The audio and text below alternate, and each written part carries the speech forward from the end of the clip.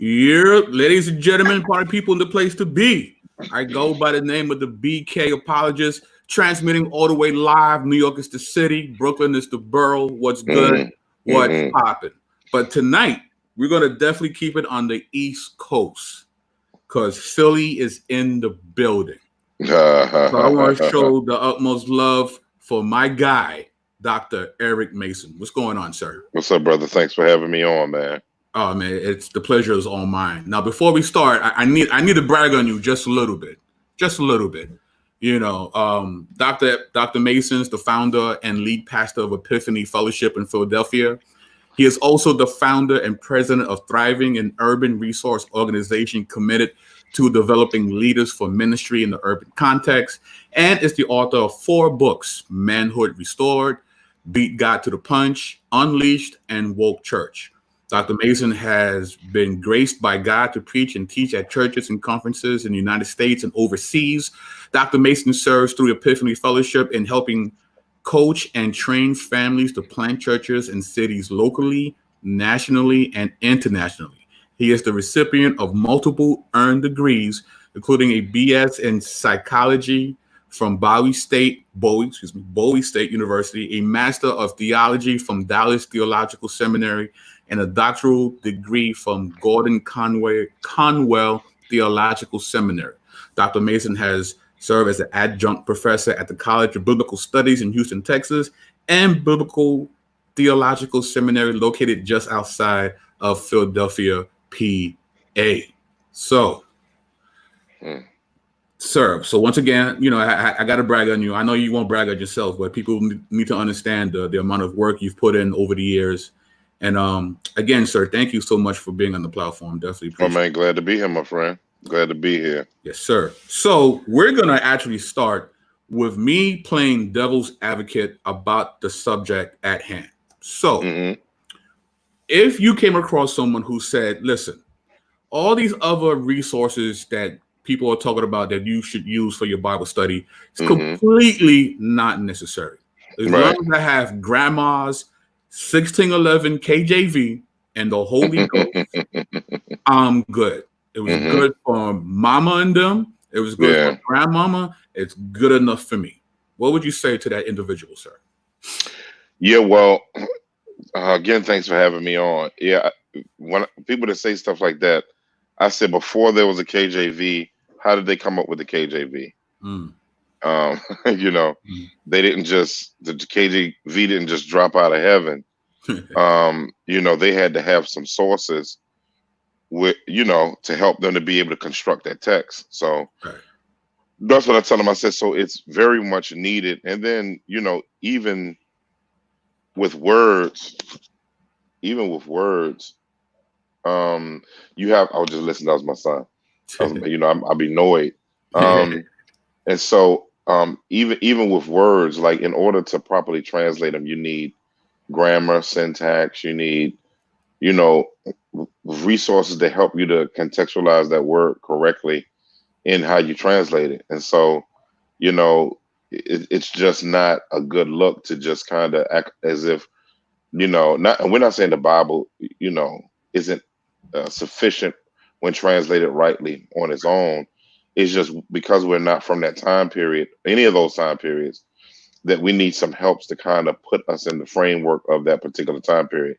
It's Mm. kind of like the how the new nostalgia is with sneakerheads now. The whole sneakerhead craze now. If I pull out a Jordan 1 on my now 11-year-old son, he's like, "Oh, those are Jordans. Those are nice." But I'm like, "Do you even know that?" Like he may be like, "That's just a shoe," but then I got to be like, "No, there's a guy named Michael Jordan. Who is he?" Right. There's Then a I have history behind it. that, Right. yeah. Then I have to go back to the 1985 and kind of show him, and Right. then Right. and so then he's like, "Oh, this gives way more context to the shoe. Look the dunk he did in the shoe. Look at this." Then now when he wears the shoe, he has that whole Mm. background behind and a rich heritage of that. And that's the same way Bible background is. It's more to it than what you see on the page. So yeah. Absolutely. Yeah. So when it comes to resources, what are some things we should look for and watch out for at the same time? Well, when it comes to sources, what's in the sense of what? Like with a Bible translations, commentaries, lexicons, like Yeah. what are things that we should look for, that we should purchase, or things that we should be leery of when it Yeah. comes to So those sources? that's a good question. So one of the things that I don't like the word conservative and liberal, Mm, because I don't know if those are good words to describe either group, because neither is monolithic and neither am I. But for the sake of the way it's categorized, I'm gonna use the terms. So I tend to like to utilize resources where the author is well balanced in their understanding of the particular area of scholarship. So, for instance, if we're talking about textual criticism, if we're talking about New Testament studies, background studies, whatever level of Old Testament specialty, New Testament specialty, extra biblical specialty, I want that person to, usually I like them to believe in the Bible. Now, you'll have some commentary sets that have really, really good exegetical insight, that's just exegetical and historical, not spiritual and inspirational. right. So ICC is an old commentary. Like them things cost a grip now. I got them all on Logos, and I have a few physical copies. They're like $100 a piece. Wow. And they're probably the most exegetically neat knit commentary ever written. Mm, And but commentaries have come so far now. They're so much better now because they're more accessible. right. But in that commentary, some of those dudes wasn't believers. They were just people who studied, hermeneia. The whole hermeneia commentary isn't, and I have all those, but they're not believers. But like Wow. if you're doing like WBC, Word Biblical, New International Greek Testament commentary for the New Testament, you're doing the IVP, Old Testament and New Testament commentaries. You have the NIG, the Nikat, and which is New International Commentary, Old Testament. So those are all, man. Them things are beasts. Baker Right. series, the basic ECNT. All those are really good commentaries, and they're what they call evangelical. So Right. yeah. Right. Hmm. Cool. All right. So let's say I am a brand new Christian, right? Hmm. Fresh off the world. I'm like 2 weeks in the game, right? Yeah. I got the gospel, doing all right, but I want to deepen the convictions that I've received recently, Hmm. right? And Hmm. I come to you and I say, Dr. Mason, can you provide a Fisher Price My First Bible Study kit? Hmm. That's a good question. What would you put into that kit and give to me as a brand new believer? First off, I would give them a CSB Bible, and I would tell them to start a Bible reading plan. To be honest, Okay. and Right. just get a good study Bible. That's pretty much it for a beginning. Right. They'll eat that thing up. That's what I did when I first became a believer. My mom's gave me a study Bible, and that I have a photographic memory, so I pretty much, and it was sharper back then, so I was eating them timelines up, and I would read the little beginning parts Mm, where it give you the author, the date, the time, the situation, and key outline and timeline in the Bible span where it's read. So man, like in a journal, that's it. Like for me, I don't mm, think they necessarily need a bunch of tools at that right. point.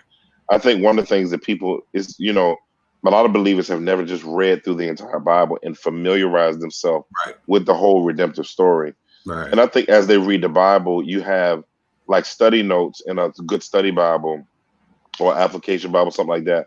CSB has a good application Bible, other ones too. I mean, study Bibles, but and those study notes help you get clarity in the text. I try now. One of the things that I try to do, the Bible talks about. Paul told the Corinthians in 1 Corinthians 3, he said, "I want to feed you meat, but I need to still feed you milk." The assumption is that milk is beginnings, and meat is something for more advanced. So you see that in Hebrews chapter Mm, 5, verse 11 14. And so when you're talking about, hey, one of the things I'm very careful, particularly in apologetics, I've seen people get shipwrecked because they've thrown themselves into too much too early, where they don't even know the story, but now they're studying what people don't like about the Bible, and Right. that's not a good way. That's like if you're learning basketball fundamentals, throwing someone like literally into, bringing them up to Rutgers Park. I mean, what are you doing? I Right. mean, Right. you know what I'm saying? Right. They're not Right. gonna ever want to play again. Right. So just doesn't make sense. So I think that we have to scale people. And Mm. I think it's not just the toolkit of what they do by themselves. I think you also have the toolkit of the local church, Right. godly community and Mm. accountability, all that type of stuff that's around them, where they can ask questions, interact. Because one of the things that we have to recognize is that in the corpus of Scripture, there isn't ever any people didn't learn doctrine alone. They did it always in community, you know. And so that's how doctrine was formed. And so I mean, everybody doesn't have the Moses experience. Post Moses, you had scribes and different people who came together Right. and who interpreted the law together. Like when we look at a Nehemiah 8, that type of thing, where they're working in community and basically did small groups, Right. Right. together, and just began helping people work through it.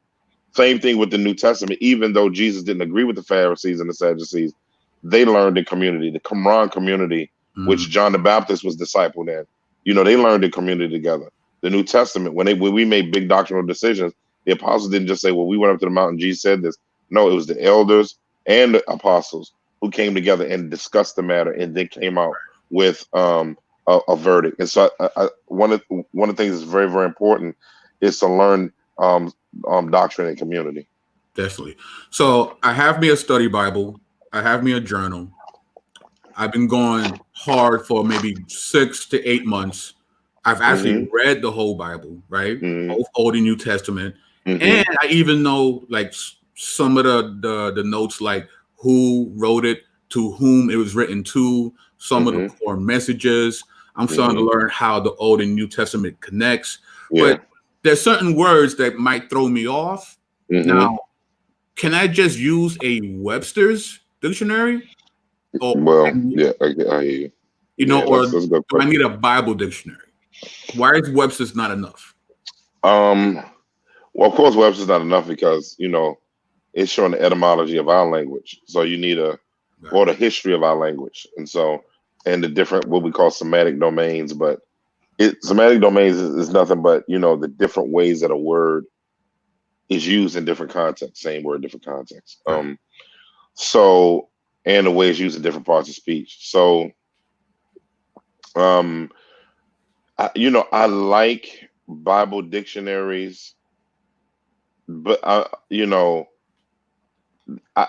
the challenge with what like a Strong's concordance, Hmm. Hmm. Strong's numbers, and those definitions, they're misleading Hmm. because when you have a little bit of a more an advanced understanding of lexical usage, you'll see that, man, sometimes a def you can't give three words for to define a word that's richer than that, richer than what's being said, Hmm. so if you take different words, if you take ex nihilo, which is out of nothing, or you take which is that's a phrase, but if you take bara, the word create, to create, Right. man, that word will wear you out looking at it in a lexicon. Just how Yeah. rich the term is. Achav, the word for love, you Mm. know, and just understanding the Hebrew word for love, which, agape rides the back of a little bit. And so, so what I say with people with that, I would start there. Vines is okay. I cringe a little bit, but Vines is okay. A decent word study help, but I think you can get a basic program like a Logos, Hmm.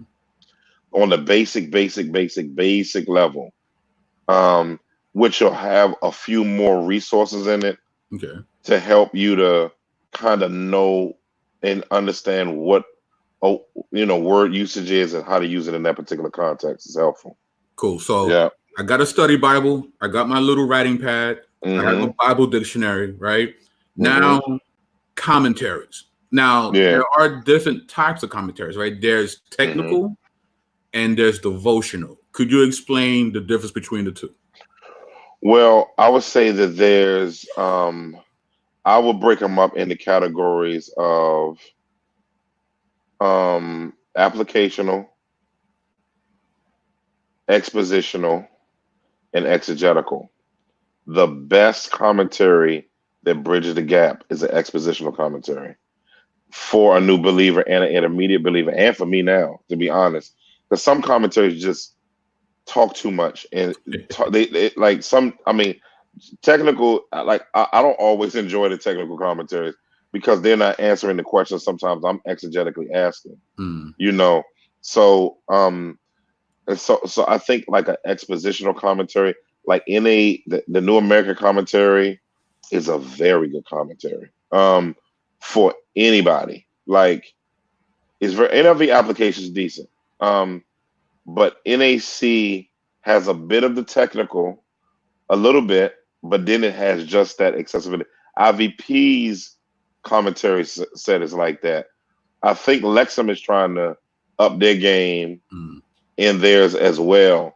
But there's some good. But then there's a bunch of standalones. I'm a commentary nerd, so right, right. so there are a bunch like it's some stuff coming out now that's just absolutely nasty. Mm. That I think I said this is where I've always wanted commentaries to be because it's like it gives you enough depth, but then it lets it's accessible. Like I Right. hate when the scholars are just talking to each other and they're talking about Mm, Brian Hurd's view and Bart's view, and then they have all like sometimes WBC just goes on all these rabbit trails, right. but those are good for when if you're not an ex if you can't get in the languages like you'd want to from a syntax and grammar Right. and definition standpoint, those are good to get shotgun exegetical answers. Right. But for the most part, I think those kind of expositional commentaries. I'm working on two expositional commentaries now, Okay. which one is in the Christ Center commentary series, and that one's on Second Corinthians, and then the other one is on Nehemiah, and that's going to be in Good Book commentary series. Nice. It's going to be called Nehemiah for you. But those are going to be hyper accessible. Mm, Those type of commentaries, like whatever for you, it's just man, people will enjoy those. The regular person will enjoy those, and the one that and Danny Aiken's doing as well with Lifeway. They're really good. Yeah. yeah, I've definitely read some of the technical commentaries, and they just assume that you've mastered the Korean Greek and the Aramaic. Like Yeah. sometimes they'll even give you the English passage. They'll just give it Right. to you in the Greek, They and just it's like say it, expect you to know where it is. exactly. So yeah, it's definitely crazy. So I got me the study Bible. I got Hmm. me my journal. I got me a decent Hmm. dictionary. I got me a good commentary. Right Yeah. now, and I'm reading and I'm getting a lot of stuff, but I'm also realizing, the Bible, this is ancient history, right? Hmm. And there's a lot of cultural phenomenons that I'm not familiar with because I'm not from that place nor from that time, right? Yeah. So I need to understand where they're coming from in order to understand like the punchlines of the jokes, right? Hmm. So what would be some good resources for me to have a better understanding of the cultural backdrop of the Bible? Yeah. Yeah. Like you said, there are different types of commentaries. So you have textual commentaries, and then you have background commentaries. The ones that we were talking about earlier are more textual commentaries. The background commentary is a little bit different. So you two go tos for me for back. I mean, you'll find background in regular commentaries, Mhm. but it won't have a lot of depth unless it plays a role into interpretation on a whole nother level. If it's the key to the passage, they're gonna oh my god, they're gonna go in. Mm. But Zondervan's Illustrated is the best one. That's a little Mhm. pricey. You can get the whole thing for like a 200-300, but Wow. that's on the whole Bible. The thing is nuts. I Mm. mean, when I say it's nuts, I wish I could. Well, I can screen share, but Yeah. So I'm gonna pull up my logos real quick. Let me see. Let me pull Okay. this up real quick. So I'm working in Timothy right now. So let me go here and screen share with you. Cool. Let me see screen share. All right. Oh, this is crazy. I'm you can see the logos. I don't see anything yet, sir. Okay, let me see how I do this. Okay, share. There you go. Is it letting me share? Share your entire screen. Share Nope. app. How do you share application window? It's not letting me do it. You may have to. Oh, Chrome tab. Yeah. Try. Are you Wow. on Chrome? Yeah. You got to do the Chrome tab. Yeah, I did it. Let me see. I may have to log in. It may not let me. I don't Yeah. have a login. Yeah. I don't see So, anything. No. oh well, man. Dang, I was gonna show y'all the commentary. So Um, good. yeah. So anyway, yeah, that John is it's saying screen share. I'm showing me tips again. Screen sharing easiest to two monitors. Screen sharing works audio. Okay, cool. Let me see if I can screen share. Do you see anything up on there now? No, sir. Share your entire screen. It won't hot link the share thing. So, oh well, it sucks eggs. Share audio. Okay, StreamYard. Oh, there it is. Okay. There we go. The screen sharing. Let's see All if it right. works. There we go. Ah, Now you so got. you see logos? Well, it's doing the inception thing. You got to click to the actual screen that you want to Okay. share. Oh, click the actual screen. Oh, so I got to click this one. Which one? Oh, wait. Nope. Okay. Hold on. All right.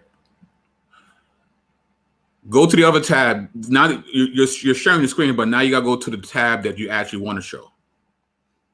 It don't have it up. It doesn't have it up. Let me No. see. Okay. Don't worry about it. Yeah, it's all good. It's all good. Yeah. Yeah. Oh, wait. I do. There you go. Okay. Cool. We, we just, yeah, we'll just leave it like that. yeah, So, yeah, yeah, yeah. yeah. So, all right. So I got me good Bible study Bible. Got my journal. Got me a good dictionary. I got me a good commentary that deals with some of the cultural context. Right. So Mm-hmm. I'm studying my Bible. I'm studying all these resources. I'm feeling pretty good. I'm starting to go out there and reaching out to people. I'm trying to be the ambassador of Christ. Right. I'm trying to Mm-hmm. be a minister of reconciliation. Right. Yeah. But then I'm bumping into people that tell me that this Bible that you love so much, you do know it was used to oppress our people, right? Mm-hmm. And in fact, this Bible is not even the original concept. That it was plagiarized from ancient Kemet, and they start talking all these other things about how it's been used to oppress black and brown folk, and they're using scriptures to justify their ideology. Now, mm-hmm. let's say I've been marginalized as a person of color personally and historically we've been, right? So what they're Mm-hmm. saying now resonates with me, Right. and they're using the Bible now. Mm-hmm. So I'm starting to get a little shaken now because no one has really shown me these particular scriptures in this way, and they're very charismatic. They seem like they're very knowledgeable about a whole bunch of different things. Mm-hmm. know? So how do I go and vet what they're saying? Like, how do I learn to do that? Yeah. So first off, I would ask questions, ask them questions. So I would ask several questions. First question I would ask is, "Oh, this sounds interesting." What I would do is I would say, I would basically, "Oh, it's people in the chat." Yes, sir. Abs- Wow. Absolutely. Okay, I'm just saying because I had it on private chat. Okay. Okay, I see. Somebody said enlarge the screen. Enlarge the screen. Several people said enlarge the screen. I don't know how to do that. Please. Oh, you shared a link. You said share a link. Dr. Mason. Thanks. Who that? What's up, Doc? All right. His name was Doc, like Dockers. That's what's up. All right. They said enlarge the screen. All right. Good evening, apologist Detroit. Big Yehuda, how you doing? All right. So one of the things when I was in college, I wish, man, if this information was now, it'd have been legendary in college. What we have now is crazy. It'd have been crazy. Just being able to defend the faith. Mm. We just didn't have access to it. But so I would ask the person, give me original sources and let me know what those original sources are. I'm gonna go down. I'm a novice at this. I'm hearing what you're saying. Um, and just because you're throwing things at me that I don't understand doesn't necessarily mean I don't understand my faith. Also doesn't mean that you're right. Um, it's just this is new for me. So I'm gonna go ahead and take the time and go look up and ask questions of people who can help me to understand this, and then me and you will meet back up and we'll chop it up through it. Or I can bring that person with me. That's my OG. Bring my OG with me, or my big homie, and Right. bring them with me, and we can chop. You know what I'm saying? And so I think that'll be helpful because I think a lot of times people just try. What happens is people try to dive into deep water that they've never swam in, Mm. and then try to, and on some level you could work through some of the stuff, but I would say don't do it alone. That would be my Right. big thing. Yeah. Absolutely. I mean, I remember when I first became a Christian, it was 1990. And, hip hop was definitely on its pro black phase, right? And I was in Yeah. college at the time. So I'm fresh, right? I'm fresh out the world. I'm trying to, invite people to church or whatever. Yeah. So I'm running up to, Nuwabians. I got the 5%ers. Mm-hmm. We are gods. Look, it says right here in the Bible. And I'm like, Yeah. man, I just know the 4 gospels in the book of Acts at this point. I don't know Mm-hmm. anything. So they're Yeah. showing me scriptures that I've never even got to yet, Yeah. But Yeah. like you said, I went home and I started looking at the scriptures that they would show me. And 9 times out of 10, the next verse or the verse prior to that verse they showed Mm-hmm. me cleared up whatever misconceptions I had. Yeah. Yeah. Yeah. Yeah. Yeah. Yeah. A lot of it is just the context within the actual paragraph, right? Absolutely. Absolutely. So Absolutely. but as you said today, there's a lot more resources. What are some books that people can get that will help them to have the this dialogue in the marketplace of ideas?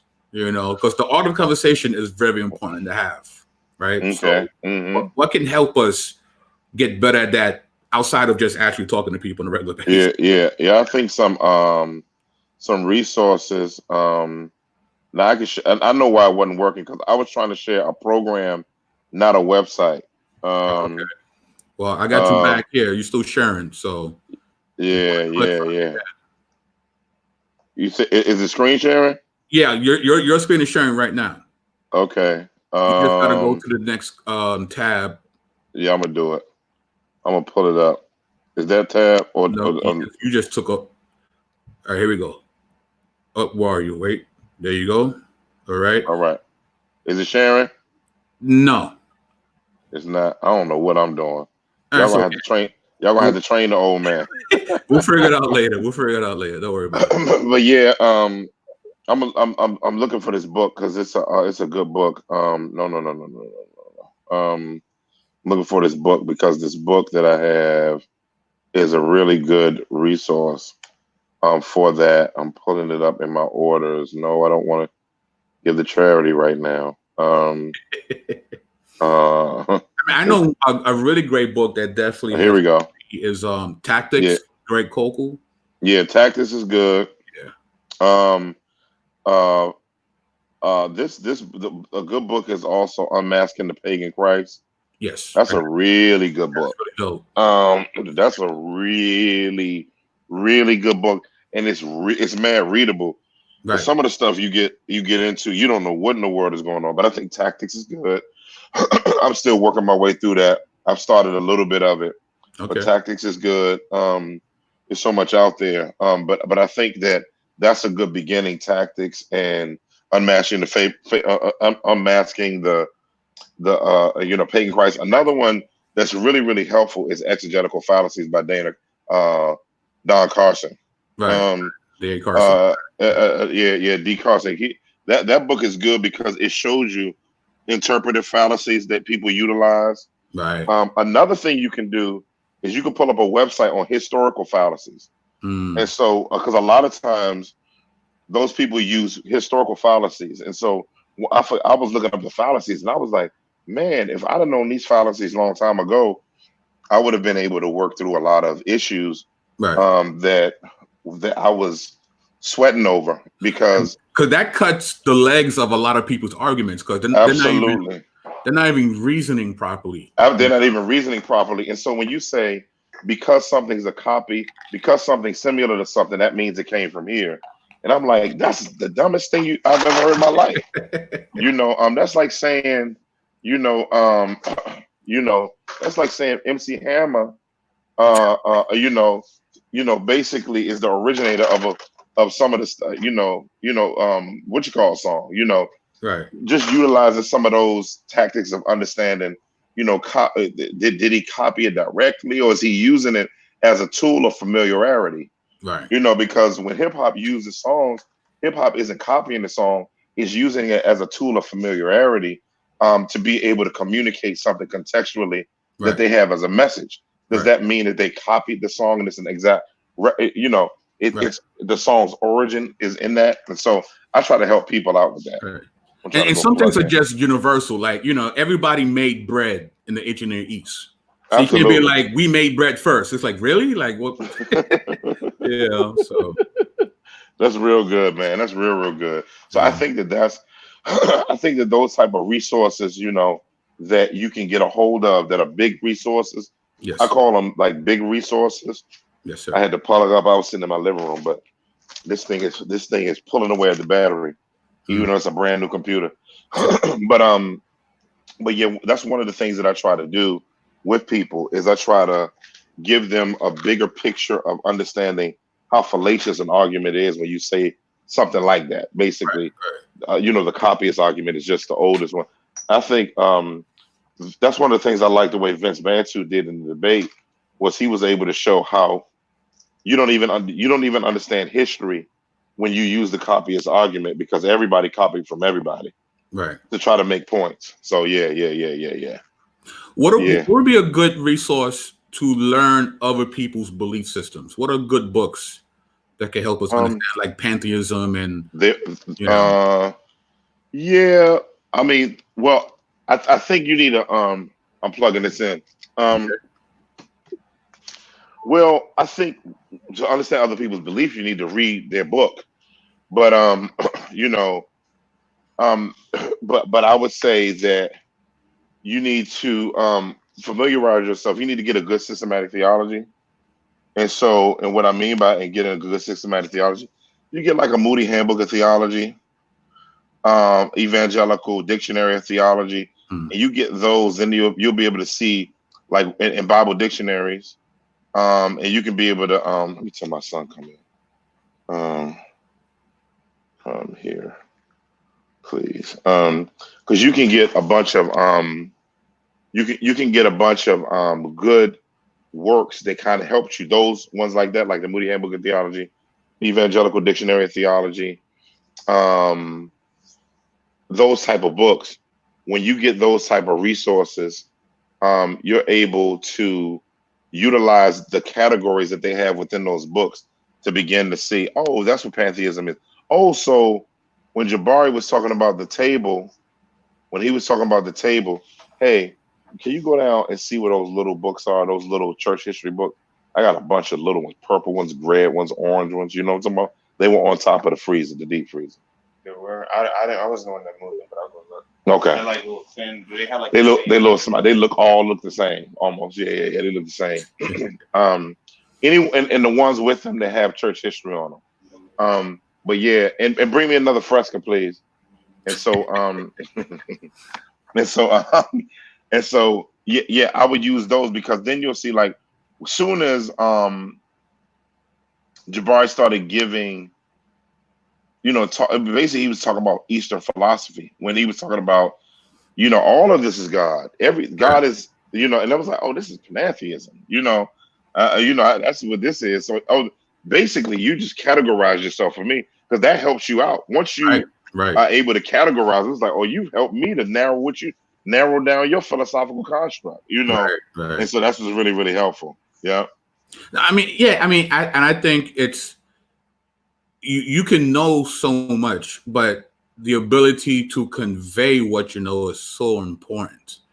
Is there, and again, a lot of that is just through trial and error, but is there any other resources that you could think of that can help someone to convey and to contextualize the message? You know, I don't know. I think you got to be around people. Mm. Because I don't know if there's a resource that helps you to oh, Manny, look on the shelf in there, and you'll see a book like the Trinity in all of the world, or all of the nations. You see Christ in all the nations. It's like beige and black books. You didn't find none of those books, did you? Yeah, those are ones, but you only found one of them. Yeah, I'm gonna have to go. I'm gonna have to move the whole thing down there. All right, I'm gonna have to move down there. Here I come. So good. All Yep. right. So while you doing that, let me say what's up to these people. What up, G No. Con? It's in the check-in. We got Miss Titus 2 in the building. What up, Elenkus? We got Big Yehuda. What's going on? We got what's it? Jones, Askia Jones. I hope I'm saying that correct. What's up, Rome G? 1989 is in the building. Bring that book back down here. Please share the link. You know what I mean? Because we got the good doctor in the building. He's about to go into his labyrinth of knowledge right now. He's walking down. Man, hurry up and come here, please. I gotta plug this in over here so that I can just be around the books. What up, Seeker of Truth? Devin Harris in the building. Yeah, man, we're going in. Hurry, come here. Live. I need the extension cord. With the good doctor. Yeah. You know what I mean? What up? Love? Is it love or love? L-O-V. What's up? JT Parker's in the building. Good, grace and peace, sir. Yeah, yes, we're going into the vault. Oh man, he just froze. That's how underground he was. He froze. The Wi-Fi is wobbly. That's how subterranean he is right now. All right. All right. There we go. Oh, okay. I'm in the basement. Here they are right here. Oops. Oh, these chairs. Here we go. Peace to excellent. Can you give me another one? Yeah, and the CMB's in the building. What up, bro? Ready? Yeah. Yes, sir. Yes, so, sir. Some beginners books that are really, really small resources, right? Let me see. Hold on. I got some more. These are really, really, really, really, really good. Really, really, really good. So, this is my underground library. So, I'll start with this one. This one is on ethics. These are very small, so you can read these in a sitting. It's about to be spring, so you can sit on the back porch, on the front stoop.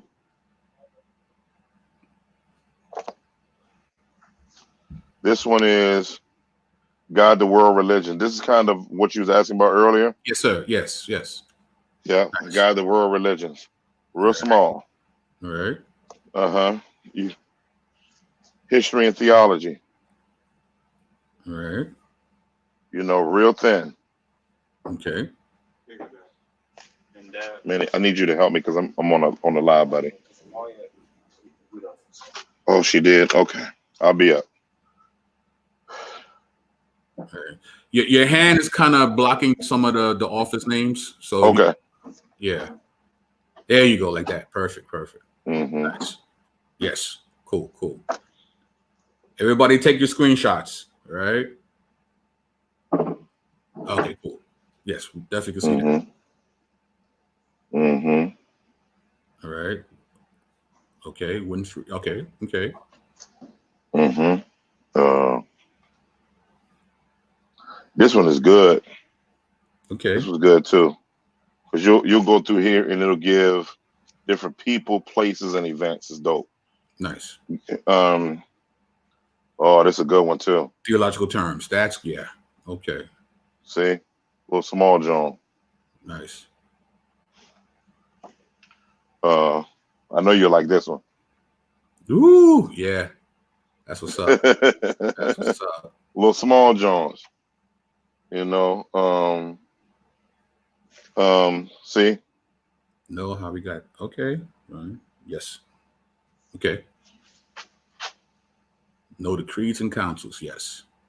Yeah, so I mean, those are some basic adages that you can use to Right. kind of get Right. some good resources, man. I mean, some good beginner stuff where you're not asking a person to. Oh, another good one. Know why you believe by. Okay. Cool. So, Doctor, I know you don't have a lot of time on you. So, what I would like to do right now is give the chat a chance to ask you a couple of questions, if you don't mind, Mm-hmm. fielding a couple Yeah, do you think? of questions here. So, everybody in the chat, here's your chance to ask the good doctor a question about, biblical resources, commentaries, lexicons. Uh, what are some good journals we should look into for us to keep I our just Bible? say get what your journal, or just what you mean journal that you write in, or journals. Like academic journals that you can subscribe to, perhaps. Uh, those. Um, I think Bibsac is good. I think Theo, what's this joint name on? Oh gosh, let me pull them up. Hold on, I'll call them out once I go on here. Uh, once I go on here, let me see. All right, John. No. Okay, so Grace Journal is good. You got the Trinity Journal. You got the Emmaus Journal. Right. You got the Journal of Christian Apologetics. There's a journal for that? Wow. Okay. Yeah. Okay. It's out of Michigan Seminary. You got excuse me. You got a dope one right here. Journal of Evangelical Theological Society. That joint is beastie. Mm. That's the one that's going to be. You got a Journal of Biblical Literature. Man, it's too much out here to be ignorant. Right. I feel you. We got a question here from a man, servant of Christ. Yep. Says here, what are some qualities you look for in a commentary for new believers? Again, for new believers, I don't necessarily put them onto a commentary. First, I put them onto a study Bible, a really, really good study Bible.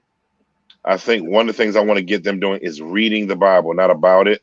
Right. And so I think that's so important to be reading the Bible and reading something that keeps you in the Bible. So I think a study Bible is something that can like, for instance, I'm a part of the team that endorsed this one. This is a good one, Ancient Faith Study Bible, Mm. by the CSB, and that joint is fire. I was so glad when they said that, but they got it looking all ancient looking. They got it looking all ancient looking, like, Right. But yeah, it's gonna. Oh my God, look at that. Oh Lord. Yeah. You gotta have some. See, a study Bible keeps you where you got the notes in there as you're reading, and you can correlate the numbers with what's at the bottom, and you're Right. still reading the scriptures. I think that's real important for young believers. I just really Here's another question. It I says, I think it's know you good. mentioned it already, but it was not clear. I'm looking for a good updated lexicon. Can you recommend one, please? A lexicon. Yeah, that's tough. So an updated lexicon. There aren't any, but there are good lexicon series. Okay. I'm trying to see the cheapest lexicon series that you could kind of get your hands on. Man. So for the New Testament, let me go on here real quick. So I don't think I have any of my other ones over here. Nah. Let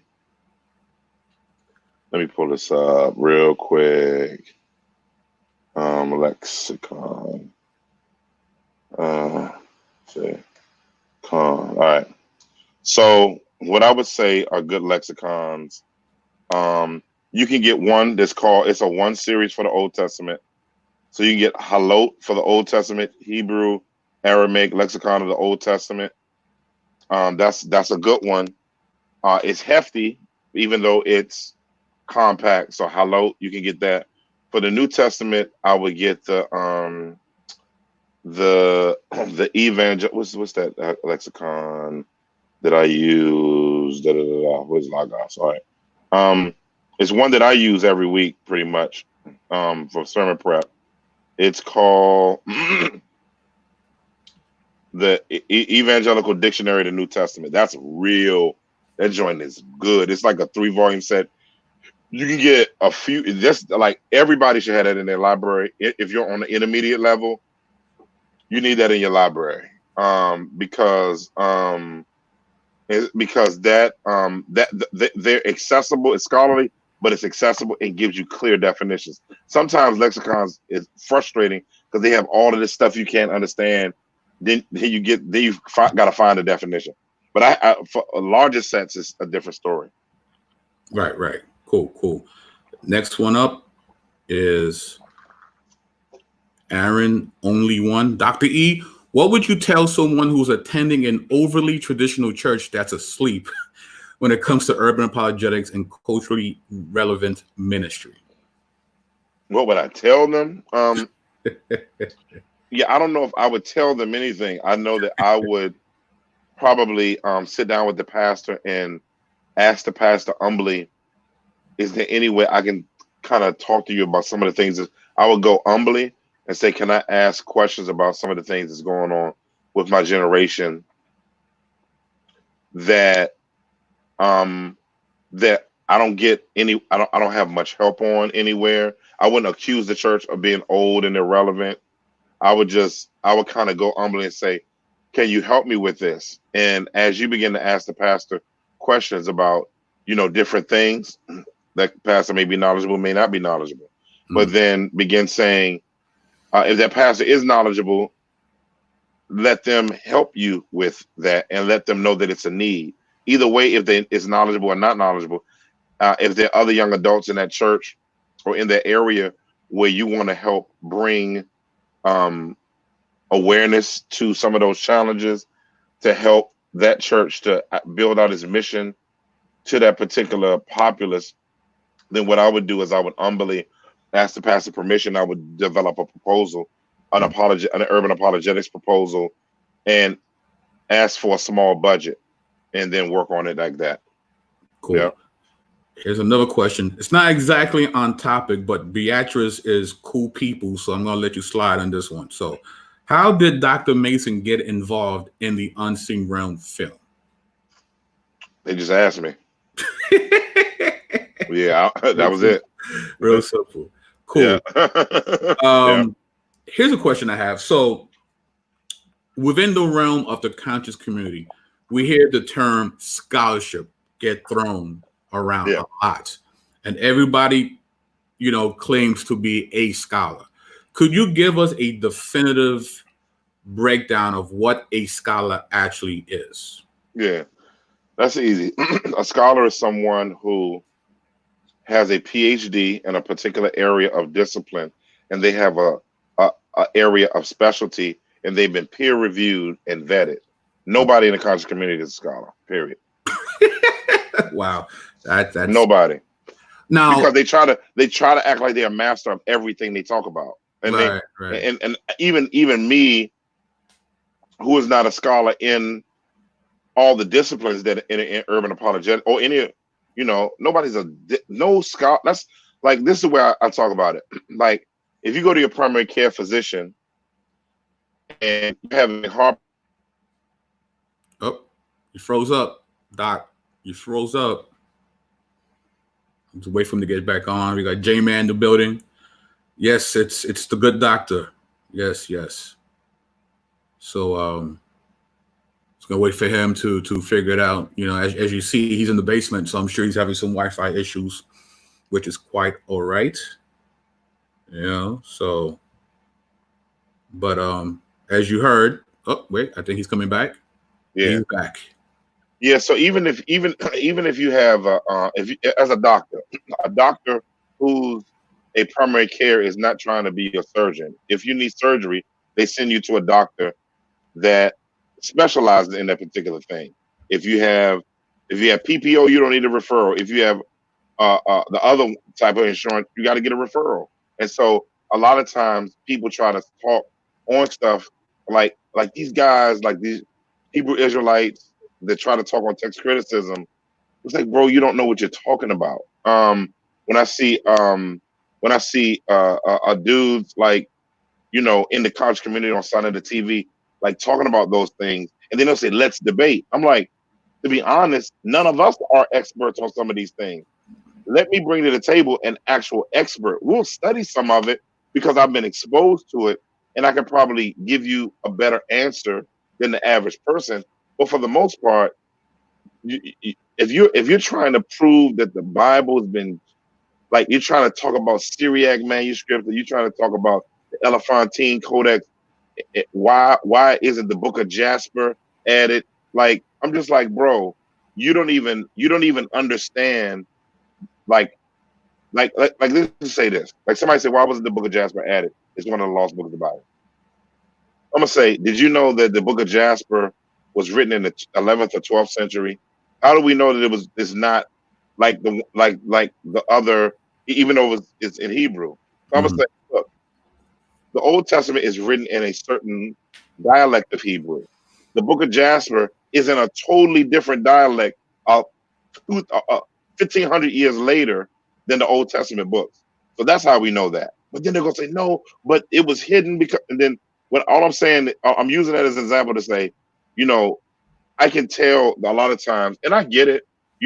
They say, well, we don't want to listen to the white man because we want to have our own scholarship, and it's like, no, it's not scholarship unless you've been vetted by people who are professionals in that particular discipline. That's Right, absolutely. yeah.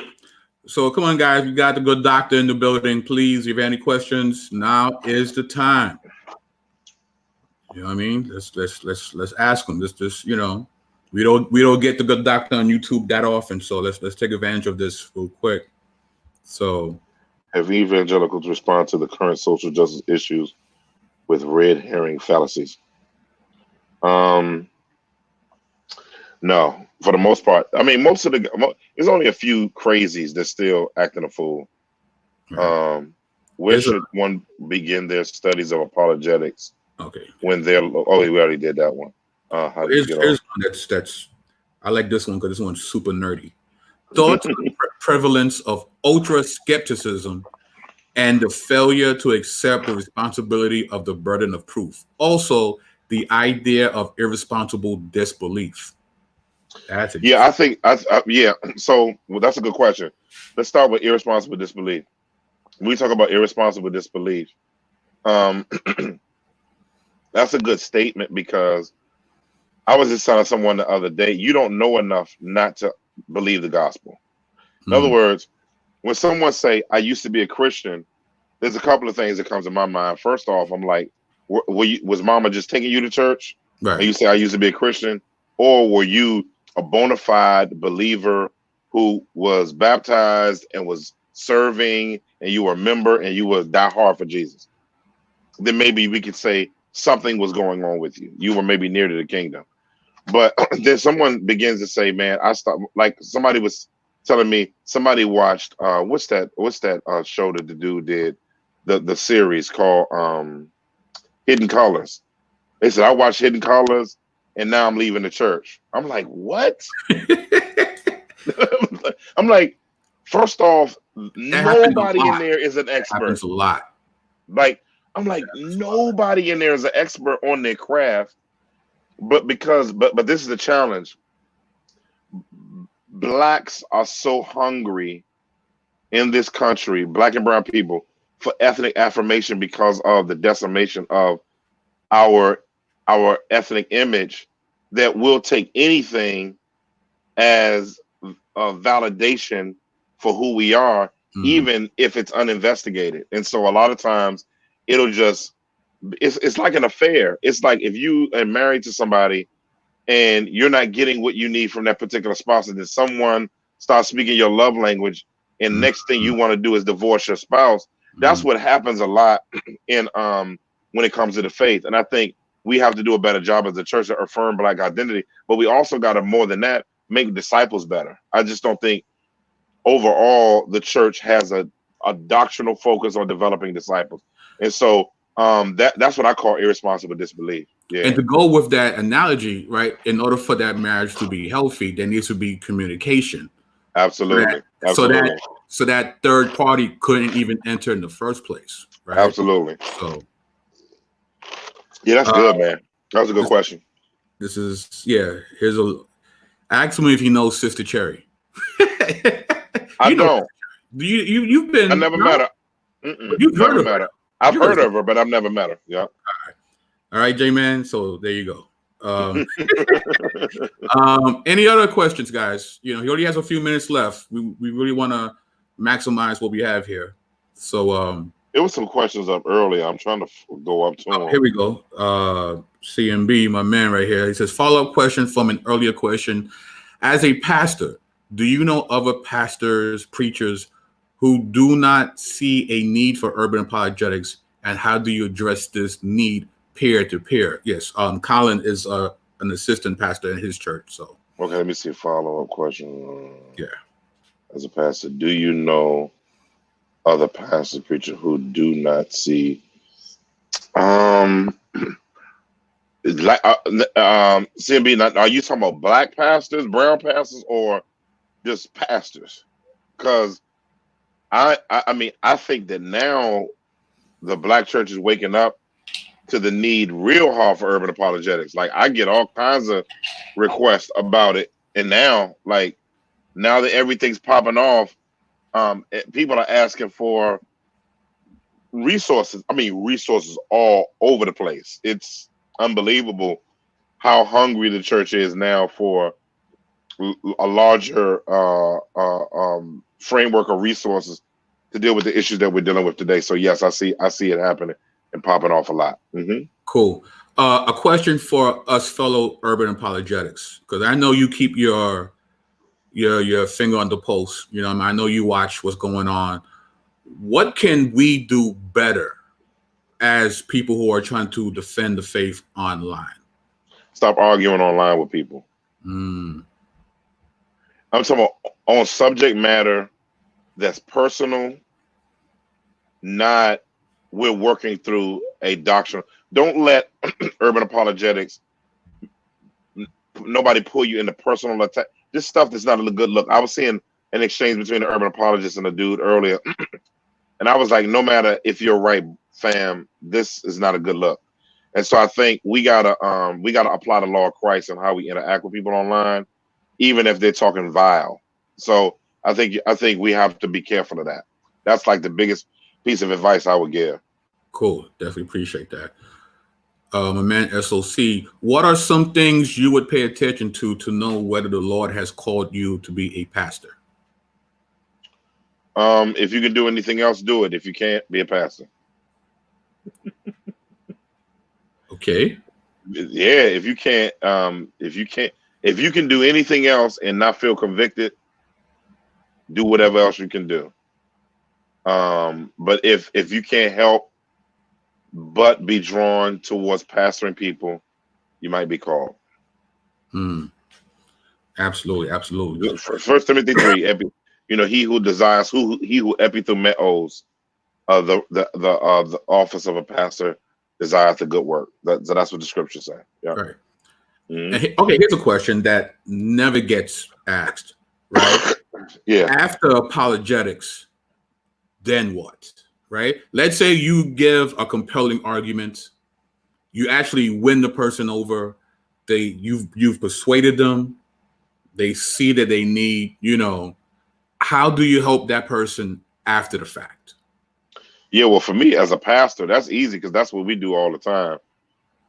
So we're helping people get in godly. First, we lead them to Christ, of course.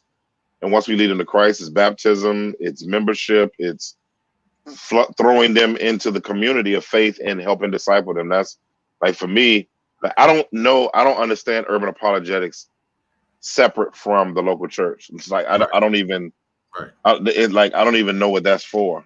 You Right. know, like for me, I don't even relate to that. Yeah, I mean, I think people misunderstand the whole concept of urban apologists. People think that's like a brand new denomination, like that's a brand new form of Christianity. I'm like, no, it's been around since the first century. People have been defending the Yeah. faith since day one, and it's just a tool in the box, right? It's not Yeah. the end all be all of Christianity. It's just what it's a certain aspect of what Christians do, and that's. Absolutely. And of course, as a pastor, you know that better than anybody else. It's about mentoring and counseling and inspiring and sometimes putting a foot in someone's butt. You know what I mean, lovingly, right? So Yeah. it's a totality of what it means to be, a servant of Christ. So Yeah. Yeah. now Yeah. listen, Yeah. guys, few more minutes and then he's going to be out of here. So we'll take two more questions, and then he's going to have to be out of here. So please, if there's ever a question you want to ask the good doctor, now is your time. So, yes, sir. Yeah, Well, you know man. what? While we're looking for another question, can you tell us what you're about to do in the near future? Any kind of conferences that we could look forward to seeing you? Any projects that you're a part of that you want to share, that you can share about? Yeah. We got the Manhood Restore conference coming up, and we're going to have an apologetics portion to that, and actually on April 24th and 25th at Epiphany Fellowship. It's going to sell out. We only got 300 slots. It's going to be amazing. Yes. Thriving is rolling out a lot of its long-term ministries, and so this year that's where our emphasis is. So we're emphasizing. We have a whole master class that have me, Damon Richards, and other dudes. Adam, a lot of people, and during each slot, it's going to be fire. It's getting edited, Nice. and so that's going to be amazing. We're going to have an online blog. So BK Apologists, get your fingers ready, because we gotta put out some articles and content. Yes, sir. Physically for people to go to. That'll be kind of like what Mike Heiser does for his site. Right. Like I want, and what Gospel Coalition has. So we want to have videos and articles, and then we're writing books. And so I'm writing with a group of people now. I'm editing the book. We just put it into a publisher. It's on Urban Apologetics. It's going to be the first of its kind. But I mean, and so all of that's coming down the pike, so that we have a one-stop shop place. So that when people are asking questions, even though they go into videos, we'll have a log, like Right. copy stuff. Is the Christianity the white man's religion? Did Christianity come from Kemet? They're like, go here. He already wrote an article on that. Well, what about this? It's right there. It's an article right there. Right. BK Apologists already wrote an article on that. This one wrote an article on that. And then we can take some of you guys' videos if you guys want to, and put it embedded in the site too, so that if you're dealing with an issue, people can work through those as well. And then it'll link to whoever's website, whoever's situation where people can come to y'all and get advice. Right. And so it'll kind of be it's really Urban Apologetics resource hub. Yeah. Nice. And listen, I said it to you privately. I'm going to say it to you publicly. I was cut when you was on the live, and you're like, yeah, we need more of these guys to start writing. All they do is go to YouTube and do these YouTube series. I'm like, he's talking about me. Hey, you right. Hilarious. I take the correction. But this will be, wait, let me see. This will be the last question for the evening. And I think it's a great way to finish, from Thomas White. Can you refresh us on the purpose of urban apologetics? Yeah, the purpose of urban apologetics, I define it in the book. I have a whole chapter on what is urban apologetics. One of the things that I said, it is a genre. It is just as apologetics is a genre under missiology. Urban apologetics is a genre within apologetics, by which we apply the gospel to helping people of color to basically show that people of color, the gospel is for them, it can restore them. And so that's the big piece of urban apologetics, because the book is called Urban Apologetics, Restoring Black Dignity. And so how the gospel restores Black dignity. What we're doing is we're basically trying to restore Black dignity. That's all we're trying to do, And so we're trying to restore Black dignity because we know that the only way dignity can be restored is through faith in Jesus Christ. Not in just saying that the church fathers were from Africa. That doesn't restore dignity per se. The gospel does, and the gospel points us to the fact that God has been saving people from all nations, and many of them happen to be people of color, and that it's not the white man's religion, but it is not this created construct by whiteness in order to enslave people, but actually it's the most liberating message in the universe. So yeah. Cool. And with that, guys, we're gonna wrap it up. I definitely appreciate everybody being here, and I definitely appreciate Dr. Mason for taking time out to hang out with us. We could nerd out with some books, and yeah. So this has been the BK Apologist signing off. We out of here. Peace. Blessings, y'all. Hold up.